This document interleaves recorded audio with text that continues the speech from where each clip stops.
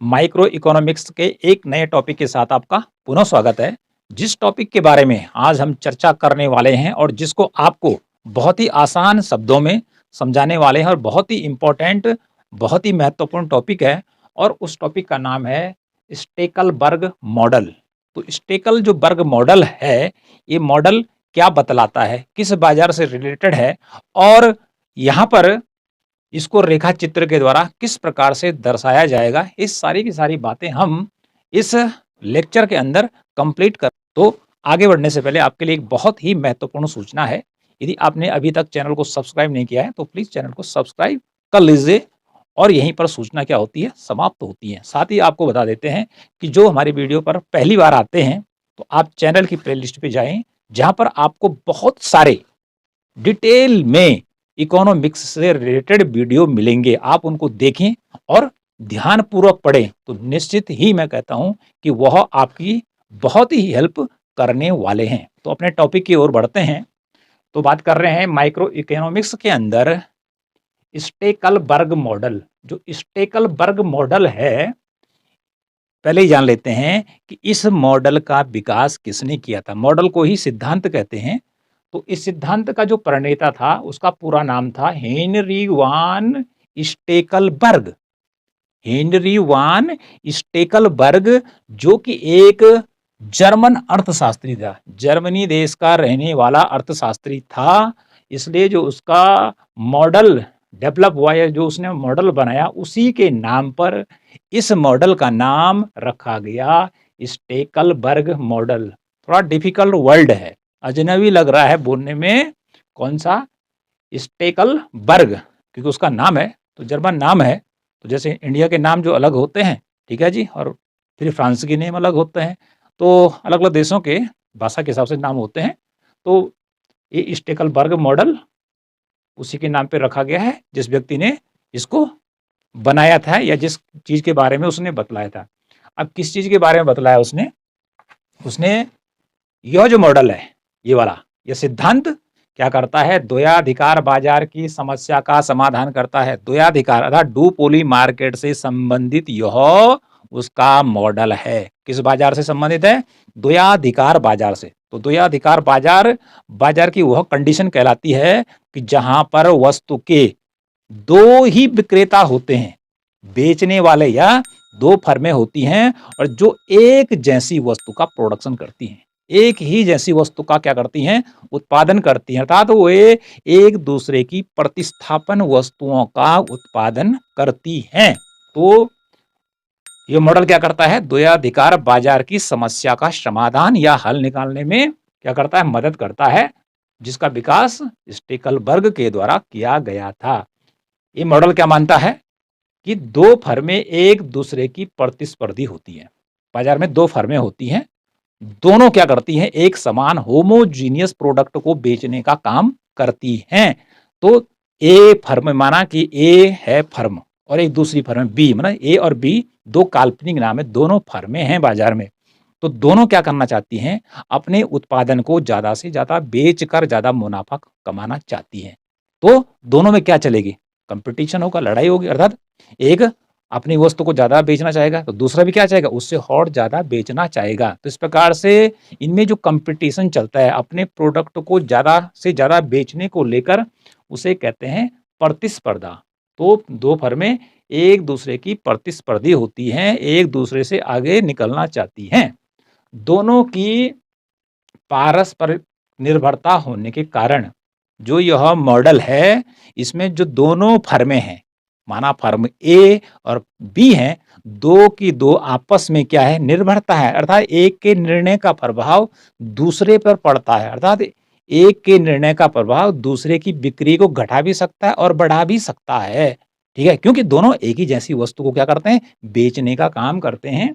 इसलिए इसको ध्यान में रखना है कि दोनों की पारस्परिक निर्भरता होने के कारण यदि एक फर्म उत्पादन या कीमत के संबंध में कोई निर्णय लेती है, एक फर्म, तो दूसरी फर्म भी क्रिया के जवाब में प्रतिक्रिया करती है। अर्थात ए फर्म निर्णय लेती है कि मुझे कीमत बढ़ानी है या उत्पादन बढ़ाना है, तो बी फर्म भी वैसा ही करती है जैसा कि ए करता है या करती है।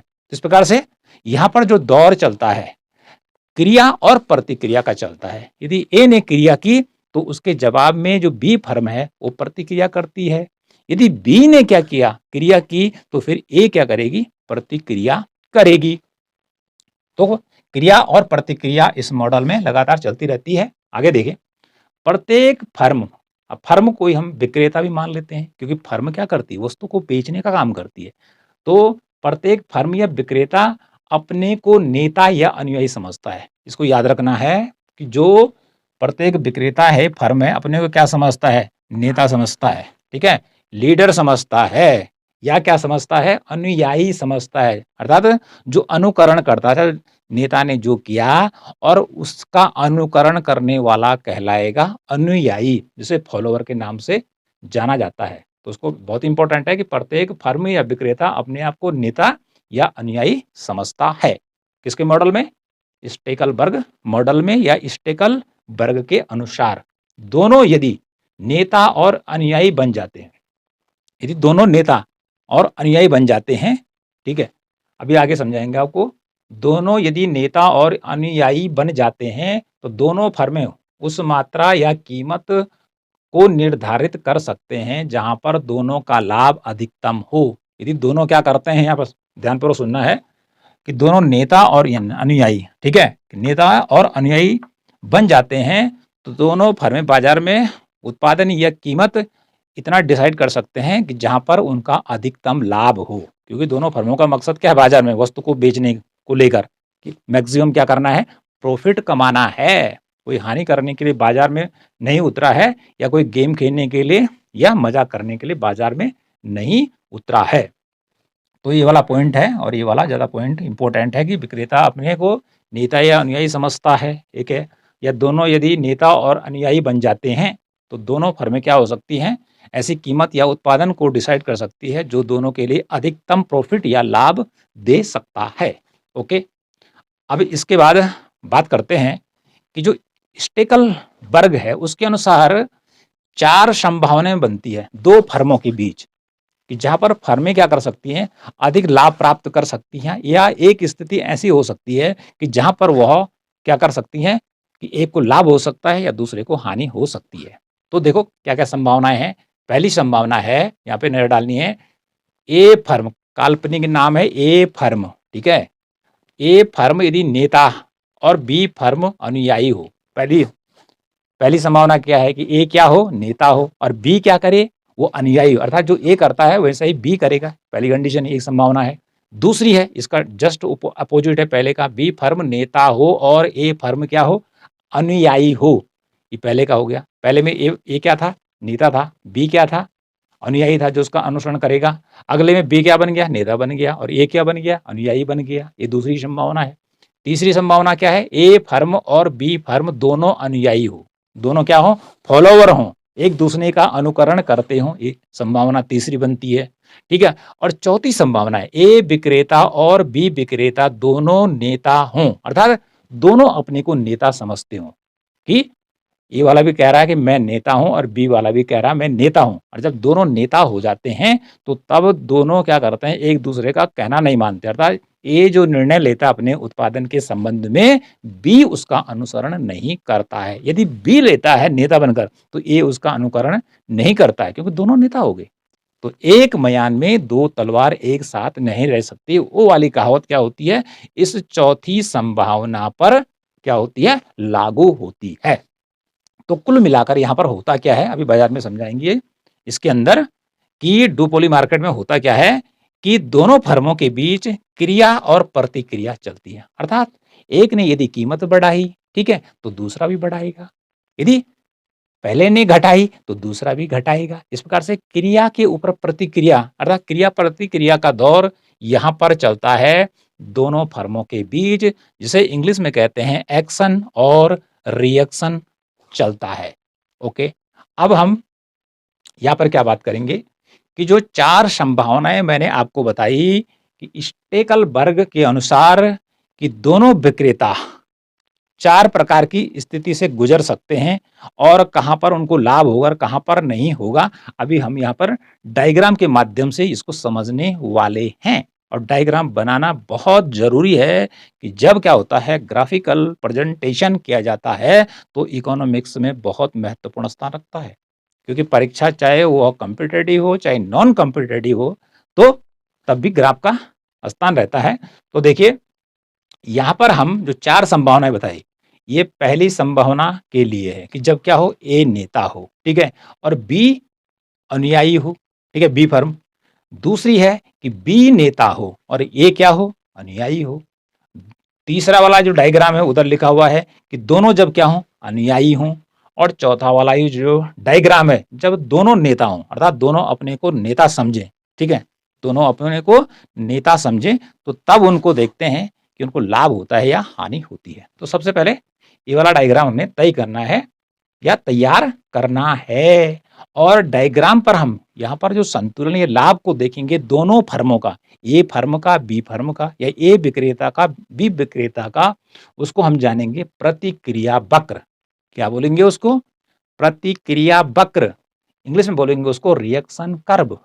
क्या बोलेंगे? रिएक्शन अर्थात एक क्रिया करेगा एक्शन तो दूसरा क्या करेगा? रिएक्शन, ठीक है? तो क्रिया प्रतिक्रिया चलेगी। ओके, यहाँ पर देखिए 2 अक्ष हमने ड्रॉ करने हैं। जो हमारा ये एक्स अक्ष है यहाँ पर लिखेंगे हम फर्म का मूल्य। क्या लिखेंगे? फर्म का मूल्य। और जो वाई अक्ष है यहाँ खड़े में लिखा है यहाँ पर हो जाएगा बी फर्म का मूल्य अर्थात ये ए फर्म का और ये बी फर्म का मूल्य होगा, ठीक है? और यहाँ भी ए फर्म का मूल्य होगा और खड़े वाले पर बी फर्म का मूल्य आप लिखेंगे साफ साफ, हमने एक जगह लिखा हुआ है, ठीक है? इसलिए मैंने ए और बी कर दिया। टाइटल जो यहाँ है और यहाँ है, यहाँ है, यहाँ सेम रहेगा लेकिन समझना थोड़ा अलग अलग से। फिर इसका टाइटल वही रहेगा कि ए फर्म का कीमत या मूल्य और बी फर्म की कीमत या मूल्य, ठीक है जी? और थोड़ा यहाँ पर हम अलग ढंग से समझेंगे, वहां पर हम कीमत को ले रहे हैं तो यहाँ पर हम लेंगे कि उत्पादन अर्थात ए फर्म या ए विक्रेता का उत्पादन या आउटपुट और यहाँ पर इस वाई अक्ष पर बी उत्पादक का आउटपुट या उत्पादन। ओके, तो पहले डायग्राम पर चलते हैं। आपने क्या करना है, सरल सीधी सी बात है, यहाँ से एक रेखा ड्रॉ करनी है, ठीक है? ये जो रेखा है, ठीक है, ये बी फर्म की रेखा है अर्थात यहाँ पे हमने जब कह दिया कि बी फर्म का मूल्य, ठीक है जी? तो ये पूरा का पूरा भाग उसको दर्शाएगा। तो इधर से आपने एक तिरछी लाइन खींचनी है, उस पे लिख देना है बी। तो बी क्या है? ये बी फर्म को बतला रहा है। तो ये पूरी की पूरी जो रेखा है ये बी फर्म की क्या है? प्रतिक्रिया रेखा है। और अगली आपने यहाँ से खींचनी है ऊपर की तरफ। तो यहाँ पर लिखा है ए, तो ये ए फर्म की है। तो फर्म कितनी हो गई? 2 फर्म हो गई। अब देखना है, अब समझने वाली बात क्या है कि ए फर्म क्या करती है या ए फर्म नेता है और बी अनुयायी है। तो सबसे पहले यहाँ पर इस मॉडल में क्या बताया गया है? दोनों एक साथ उत्पादन या जो कीमत है एक साथ निर्णय नहीं लेंगे। पहले एक लेगा, ठीक है, तब दूसरा उसका अनुकरण करेगा। पहले एक लेगा फिर दूसरा उसका अनुकरण करेगा। तो सबसे पहले निर्णय कोई भी ले सकता है इनमें, ठीक है? तो यहाँ पर देखिए, यहाँ पे नजर डालिए, इस पॉइंट पे नजर डालनी है। यहाँ पर लिखा है मेरा, क्योंकि ये जो फर्म है, ये फर्म क्या, मैंने क्या बोला? वो फर्म जो है वह नेता है, ठीक है? यहाँ पर लिख दिया मैंने एल, एल फॉर लीडर है। तो इस पॉइंट पे जहाँ पर ये पॉइंट लगा एल लग दिया, ठीक है? ये भी नीचे है स्टार्टिंग में, ठीक है? और यहाँ पर एक पॉइंट ले लिया मैंने एफ, यहाँ पे देखिए ये एफ हो गया। तो ये एल जो है ए फर्म का पॉइंट है कीमत का, ठीक है जी?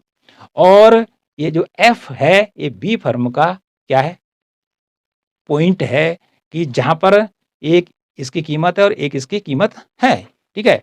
तो जो ए फर्म है, ए फर्म एल पॉइंट से क्या करती है? आगे बढ़ती है या कीमत बढ़ाती है, अर्थात वो कीमत बढ़ाकर यहां करती है, ठीक है जी? तो बी क्या करेगी? क्योंकि ए नेता है तो जो नेता करेगा उसमें बी जो है अनुयायी है तो बी भी वैसे ही करेगा, अर्थात इसने यहां से ऊपर की तरफ कीमत बढ़ाई तो ये भी क्या करेगा? कीमत आगे की तरफ बढ़ाएगा, ठीक है जी? फिर ये क्या करेगा? यहां तक कीमत इसने बढ़ा दी तो ये भी क्या करेगा? यहां तक कीमत बढ़ा देगा। इस प्रकार से इन दो जो रिएक्शन कर्व है एक दूसरे को काट देंगे अर्थात एक दूसरे के बराबर हो जाएंगे और यहाँ पर लिखेंगे इक्विलिब्रियम। तो ये हो जाएगा आपका संतुलन का बिंदु। यहाँ पर दोनों फर्म क्या हो गई है? संतुलन की अवस्था में, अर्थात दोनों को बराबर लाभ होगा, ठीक है जी? तो ये जो पॉइंट है ये हो गया संतुलन का बिंदु, ठीक है? जबकि क्या है, ए फर्म क्या है, नेता है और बी फर्म क्या है, अनुयायी है। ये पहली संभावना है। ओके, तो यहां पर देखिए द्वय अधिकार की समस्या का हल क्या हो गया, निश्चित हल हो गया।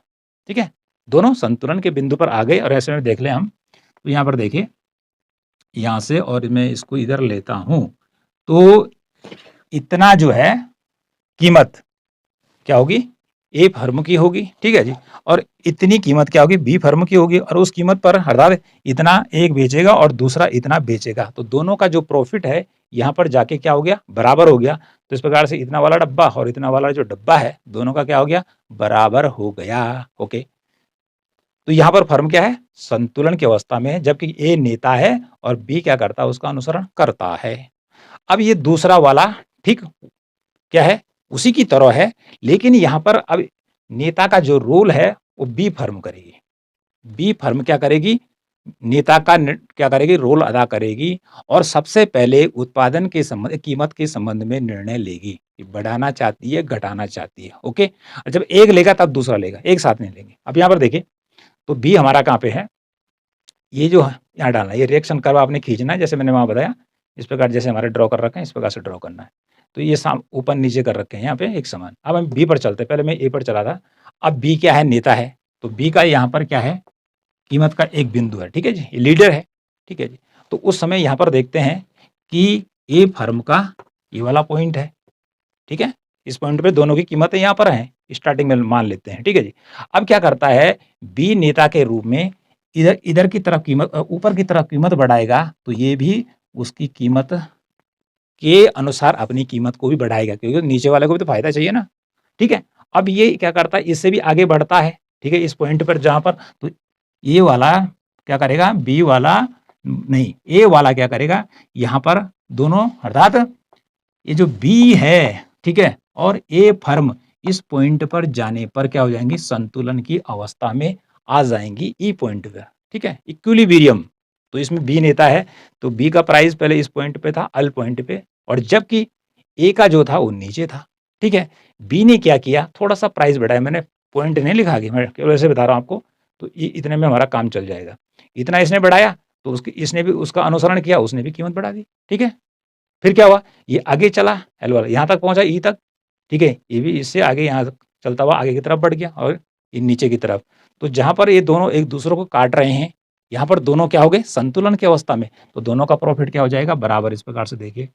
ठीक है, इधर देखिए, इतना और इतना जो प्राइस है बराबर दोनों को मिलेगा। अब माना यहां से लेकर यहां तक का जो प्राइस है कितना है, 50 रुपया है, और यहाँ पर ये बेचते हैं कितने किलो, 100 किलो, तो 100 × 50, तो कितना उत्पादन बिकेगा, तो जितना इसका बिकेगा उतना ही इसका बिकेगा। तो इस प्रकार से देखिए, यहाँ पर भी फर्म क्या है, संतुलन की अवस्था में, दोनों फर्में क्या है, संतुलन की अवस्था में है, कि जैसे यहाँ पर था, ठीक है, जैसे यहाँ पर दोनों की समस्या का हल हो गया, तो यहाँ पर भी हो गया। तो पहले उसमें ए नेता था, दूसरे उसमें बी नेता हो गया, दोनों संतुलन की अवस्था में रहेंगे। ओके, तीसरी संभावना बताई स्टेकलबर्ग ने, क्या बताई, उसने कहा कि जब दोनों अनुयायी हों, क्योंकि दोनों पहले नेता का रोल ए पहले अदा कर चुका है, बी अदा कर चुका है। अब तीसरे में क्या है, इस रेखा चित्र में जो पहले बता चुका हूं, सब कुछ वही लिखना है जो उसके नीचे लिखा है, लिखा हुआ। अब दोनों अनुयायी हैं, अनुयायी मतलब जो एक करेगा दूसरा वो करेगा। ठीक है, तो अनुयायी देख लेते हैं। माना कि पहले हम यहाँ से एक कर्व इधर के ड्रॉ करते हैं, ये बी फर्म का क्या है, प्रतिक्रिया वक्र है, इसलिए मैंने बी लिखा है, और यहां से ऊपर की तरफ जा रहा है ए फर्म का प्रतिक्रिया वक्र है, सीधे ड्रॉ करना है। ठीक है जी, जैसे कोई सोचना नहीं है, कोई दिक्कत नहीं है। ठीक है, अब देखिए दोनों अनुयायी की बात की, अब इसमें से कोई भी क्या कर सकता, फर्म पहले क्या कर सकता है, कीमत को बढ़ा सकता है, कोई भी पहले आगे आकर अपना निर्णय ले सकता है। तो ठीक है, माना कि हमने मान लिया कि बी वाले ने क्या किया, यहाँ पे उसकी कीमत पहले यहाँ पे दी। ठीक है जी, और इधर किसकी, ए वाले की यहाँ पर एफ पॉइंट है। ठीक है जी, तो ये नेता है, ठीक है, नेता के रूप में। ठीक है जी, लेकिन दोनों अनुयायी हैं। अब माना कि ये क्या करता है, इधर से इधर जाता है, तो ठीक है, तो दूसरा वाला भी उसका अनुकरण करेगा। ठीक है जी, या ए वाला क्या बन जाए, नेता बन जाए, तो ऊपर वाला उसका अनुकरण करेगा। ठीक है जी, तो हमने मान लिया कि बी जो कर रहा है, बी की कीमत यहाँ पर है एल, और यहाँ पर ये प्रतिक्रिया जो वक्र है वो ए फर्म का है। तो ये स्टार्टिंग है। ओके जी। अब क्या हुआ, बी ने अपनी कीमत को बढ़ाया। ओके, यहाँ तक जहाँ से मैंने एक पॉइंट यहाँ पे लगाया, तो अगला अर्थात ए भी क्या करेगा, कीमत को बढ़ाएगा। ओके, अर्थात वो पहले वाले का अनुकरण कर रहा है। ठीक है, अब फिर ये आगे बढ़ा तो दोनों क्या हो गए, बकर आपस में, अर्थात प्रतिक्रिया बकरों ने एक दूसरे को आपस में काट दिया, तो दोनों क्या हो गए, यहाँ पर संतुलन की अवस्था होती है। जानते हैं कि जहाँ पर दोनों बकर आपस में एक दूसरे को काटते हैं, वहां पर दोनों की जो वैल्यू होती है वो बराबर हो जाती है। तो इस बिंदु पर दोनों फर्में क्या हो गई है, संतुलन की अवस्था में है, दोनों को लाभ हो रहा है। अब कितना कितना हो रहा है, बराबर जो सेम उधर कर रहे थे, इस प्रकार से देखिए, इस प्रकार का लाभ इतना एक को मिलेगा तो इतना एक को मिलेगा। देखो, दोनों अनुयायी होने पर, ठीक है, बी नेता होने पर, ए अनुयायी होने पर, ए नेता होने पर, बी अनुयायी होने पर, ये जो तीन रेखा चित्र हैं, इन तीन रेखा चित्रों में दोनों जो फर्म हैं वो क्या है, अधिकतम लाभ की स्थिति में है। क्योंकि एक में नेता जो है जो निर्णय ले रहा है, दूसरा उसका अनुकरण कर रहा है। ठीक है, तो एक बढ़ा रहा है तो दूसरा भी बढ़ा रहा है। ठीक है, इन तीनों में जो फर्में हैं दोनों वो लाभ की स्थिति में है। अब इस पे नजर डालें। ठीक है, अब ये थोड़ा सा इसका जो रिएक्शन कर्व है इसको इधर की तरफ नीचे की तरफ ड्रॉ करना है। ये किसका रिएक्शन कर्व है, अर्थात प्रतिक्रिया वक्र। रिएक्शन कर्व बोला इसलिए इंग्लिश में लिखा हुआ प्रतिक्रिया वक्र। ये है बी फर्म का। ठीक है जी, ये है बी फर्म का। तो बी फर्म कहाँ रहेगी, यहाँ रहेगी, अर्थात वाई अक्ष पर रहेगी, इसलिए मैंने बी लिखा यहाँ पे। ठीक है जी, ठीक है, इधर से नीचे की तरफ, ठीक है, ये बी का है और ये यहाँ से हमने नीचे की तरफ खींचा तो यहाँ पर ए लिखा है, तो यहाँ पर ये है ए फर्म का। ठीक है, क्या, प्रतिक्रिया वक्र। तो इस पर क्या दिखाया जा रहा है, उत्पादन। इस पर भी क्या दिखाया जा रहा है, उत्पादन। उधर हम कीमत दर्शा रहे थे, तो दोनों को चेक किया जा रहा है। अब देखिए, अब यहाँ पर क्या है, ए और बी फर्म दोनों नेता हैं, दोनों अपने को नेता समझते हैं भाई। ठीक है, अब नेता जब दोनों बने हैं तो ए नेता दूसरे की बात को क्यों मानेगा, उसने कहा मैं तुझसे बड़ा हूं। ठीक है, अगला बोला मैं तुझसे बड़ा हूं। अर्थात इसमें क्या होगा कि एक यदि क्रिया करेगा तो दूसरा उसके ऊपर प्रतिक्रिया नहीं करेगा, उसने तो करते जा। ठीक है जी, मैं तो नहीं करूंगा, अगला भी सोचेगा तूने करता तो मैं नहीं करूंगा। ऐसी कंडीशन यहां पर आएगी दोनों विक्रेताओं के मध्य। अब देखिए, यदि हम ये वाला प्रतिक्रिया वक्र है बी का है, ठीक है, इस पॉइंट पे, ठीक है जी, ये है हमारा एल पॉइंट। ओके जी, इस पॉइंट से इधर की तरफ यदि बी फर्म क्या करती है, अपने इधर इधर की तरफ बढ़ती है। ठीक है, अपने उत्पादन को उठाने या बढ़ाने का काम करती है, इधर बढ़ती है और अगला यहाँ पर है, माना ये पॉइंट उसका क्या है, एफ है। ठीक है, तो वो क्या करेगा, यदि ये इधर से इधर भी आ जाए, ठीक है, ये आगे की तरफ चल जाए, लेकिन ये बी वाला अपने को नेता समझेगा तो उस पर कोई असर नहीं पड़ेगा, वो नीचे नहीं उतरेगा। ठीक है जी, वो अपने उत्पादन को कम नहीं करेगा। ठीक है जी, और ये तो हमारे यहाँ पर संतुलन का बिंदु है। ठीक है, तो अर्थात बी फर्म ने, ठीक है, क्या किया, अपने उत्पादन को इस पॉइंट से इधर की तरफ लाने की कोशिश करती, उठाने बढ़ाने की कोशिश करता है।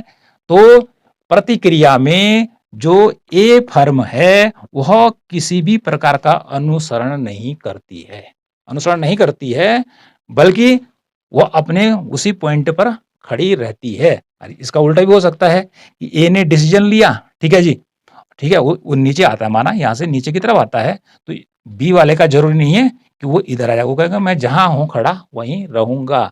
तो जब दोनों अपने को नेता समझते हैं तो प्रतिक्रिया वक्र के अनुसार क्या होगा, ये संतुलन की अवस्था को प्राप्त नहीं करेंगे। जब ये संतुलन की अवस्था को प्राप्त नहीं करेंगे तो इसे कहा जाता है स्टेकलबर्ग असंतुलन। ठीक है, जब दोनों नेता हों तब बनेगा स्टेकलबर्ग असंतुलन, और इन तीन रेखा चित्रों में बनेगा स्टेकलबर्ग संतुलन। तो इस प्रकार से ये चार डायग्राम हो गए। ठीक है, चार नहीं, ठीक है, चार ही हैं, 1 2 3 4। ठीक है, तो कहीं पर आपको दूसरे ढंग के भी रेखा चित्र देखने को मिलेंगे। ठीक है, हमने आपको सबसे सरल वाला रेखा चित्र बताया है। तो इस प्रकार से जो स्टेकलबर्ग मॉडल है वो द्वयाधिकार के अंतर्गत एक व्यवहारिक क्या करता है, समस्या का समाधान करता है। कि ये बतलाने की कोशिश की जाती है कि दो फर्में जब आपस में निर्भर होती हैं, दोनों एक जैसी वस्तु का प्रोडक्शन करती हैं। ठीक है, दोनों एक ही जैसी वस्तु का प्रोडक्शन करती हैं, एक दूसरे की प्रतिस्थापन होती हैं, तो एक दूसरे पर वह क्या होती है, निर्भर होती है। यदि ए जो निर्णय लेता है तो बी उसको फॉलो करता है। तो यहाँ पर नेता और अनुयायी का क्या होता है, रोल चलता रहता है। तो जो यदि नेता और अनुयायी बने रहो या अनुयायी अनुयायी बने रहो तो फायदा होगा। लेकिन जैसे हमने यहाँ पे बताया कि यदि ए भी नेता हो और बी भी नेता हो तो नेता लोग तो क्या करते हैं, झगड़ने का काम करते हैं सरल भाषा में। तो इन दोनों में किसी प्रकार का संतुलन स्थापित नहीं होगा। तो ऐसे में क्या होगा, हो सकता है कि एक फर्म को लाभ हो सकता है, दूसरे को घाटा हो सकता है। लेकिन जो हमने 3 डायग्राम बताए वो उन तीनों में दोनों फर्में क्या हैं, संतुलन की अवस्था में है। यही जो मॉडल है द्वयाधिकार का, यह अल्पाधिकारी फर्मों पर भी लागू होता है। तो आई होप ये वाला टॉपिक आपकी समझ में आ गया होगा। आपने क्या करना है, स्टेकलबर्ग मॉडल के बारे में लिखना है, ठीक है। ये हमारे नोट्स हो गए, ठीक है। और हमने कहा कि स्टेकलबर्ग के अनुसार उत्पादन की कि जहाँ पर कि फर्म को अधिक लाभ हो सकता है, 4 परिस्थितियाँ बन गई, ठीक है जी। ये हैं सामने लिखी हुई हैं कि 3 में तो भाई फर्में क्या हैं, दोनों फर्में संतुलन की अवस्था में हैं। लेकिन जब दोनों नेता बन जाते हैं तो नेता एक दूसरे की नहीं सुनता। अर्थात एक फर्म जो डिसीजन लेती है, जो निर्णय लेती है उत्पादन बढ़ाने या घटाने का, अगली फर्म उस पर कोई प्रतिक्रिया नहीं करती है। अर्थात जहाँ पर वह उत्पादन कर रही है वहीं पर उत्पादन करती है। तो ऐसी स्थिति में वह संतुलन की अवस्था अर्थात इस पॉइंट पर नहीं पहुँचती है। इसे कहते हैं स्टेकलबर्ग असंतुलन, ठीक है। और बाकी को कहेंगे स्टेकलबर्ग संतुलन, स्टेकलबर्ग इक्विलिब्रियम और स्टेकलबर्ग डिसइक्विलिब्रियम। तो क्या आई होप कि ये वाला जो टॉपिक है आपकी समझ में आ गया होगा। मिलते हैं नेक्स्ट टॉपिक के साथ।